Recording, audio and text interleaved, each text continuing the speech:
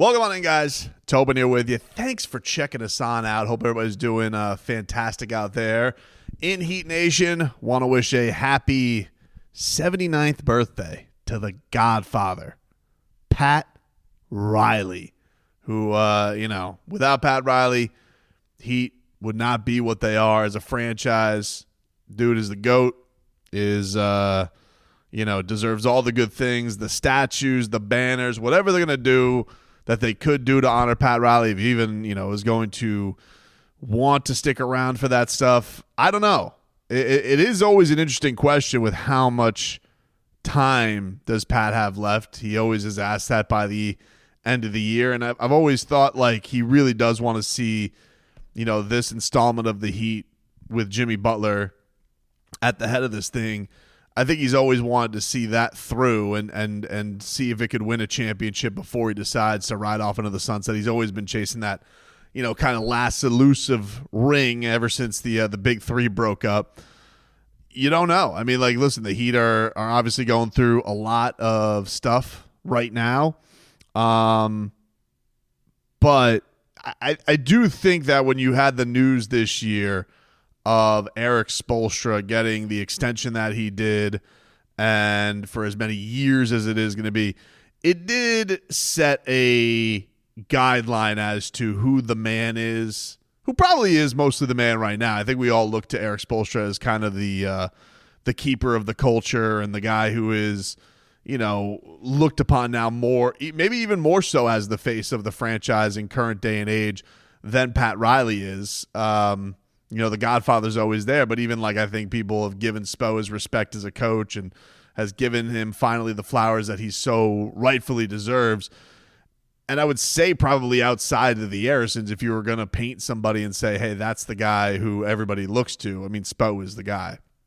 So if Pat Riley were to ever decide to step away, I think that he would do it comfortably knowing that Spo has a grip on this thing, kind of has the gravitas. I don't think anybody has the gravitas that Pat Riley does.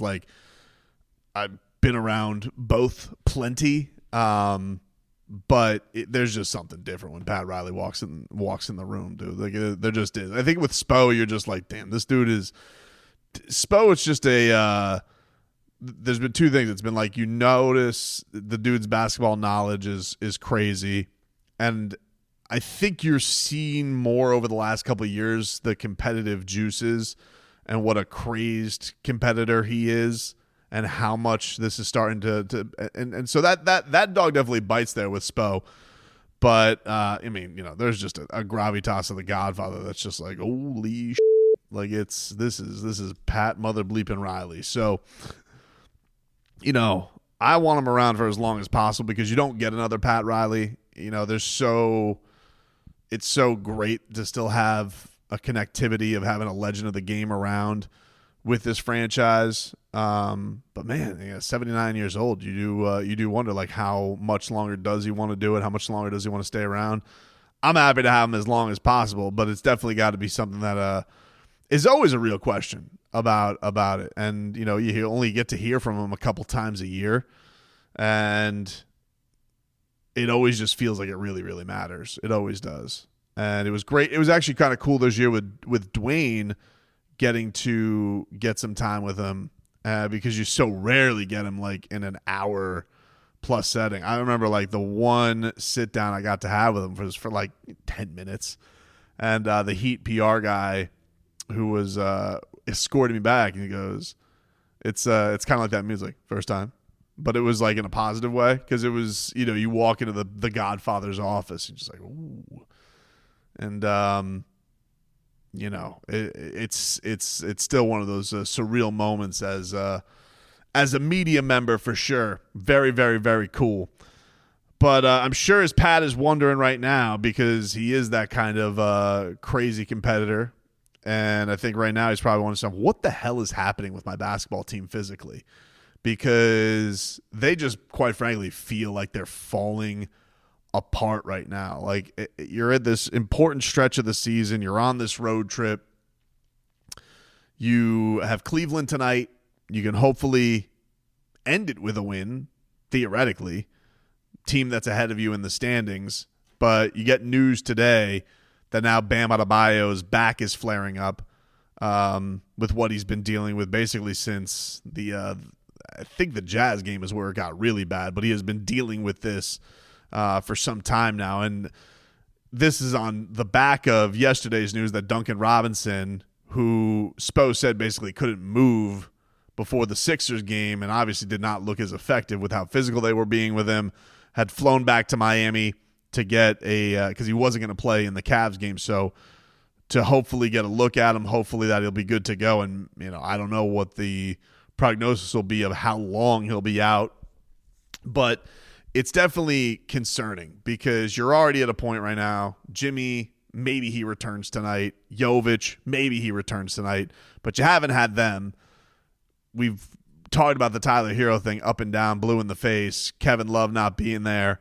It's already hard enough to replace the backup big minutes with Kevin Love being out. Now you have to replace Bam Adebayo, who's maybe the most irreplaceable guy on the roster if it comes down to that. And you have to do it against a Cavs team that obviously brings some size to the table and is not easy to stop. So, man, this is just so wholly disappointing because it did feel very much like there was a point where this Heat team was finding something and that you were getting the best, a better punch from them. But, it just feels right now, like I said after the Sixers game, it's like, how do I judge this? Yeah, we could go and they've dealt with a record number of starting lineups, which they'll set again tonight, and most likely. And you do that on top of the fact of, there's not really outside of Bam and Duncan, there's not really another guy. I guess you could say Caleb. Caleb has been playing pretty balls out, but Jaime's been going through some struggles, and you're not really you don't really have a consistent presence from the guard spot right now with your backup guard spots with Patty Mills and DeLon Wright, now being important into the rotation. Terry is giving you some moments and certainly is finding his footing, but it still quite hasn't felt like it's fit all the way right. And I just think that the thing that's tough about this is you're just searching. You got little over a dozen games left. You're coming home for a very important home stand where you'll take on the Pelicans and the Cavs and the Warriors and such. But by the way, I just realized it's damn Ultra this weekend, which is that's going to add a headache to getting to the games. So mind your traffic, everybody. If you are, is it? I don't even know. I'm a little ignorant to this. Is it still by the arena? I know at one time they tried to put it on an island or something like that. But to be at this spot right now where, man, you have run the ringer of everybody has been hurt, and now the guys who are never hurt are getting hurt. It's tough not to get a little depressed by it. For the organization that prides itself on we have enough, you also need to have there does come a breaking point with some of that stuff, and it also is supposed to be the best conditioned, all that stuff, and it just feels like you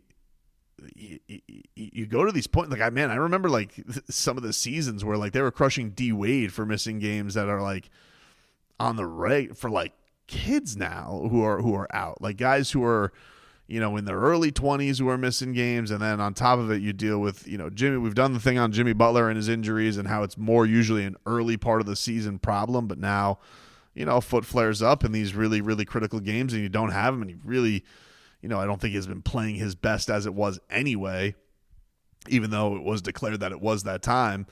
So I don't really know what it takes at this point because Miami is teetering right now. They're in this dangerous dance that could be fixed with a good week. If they were to get everybody back, if Jimmy and Nico and you come back to Miami and Bam and Jim and Duncan were all set, and you could get on a little bit of a run here at home and you could provide something.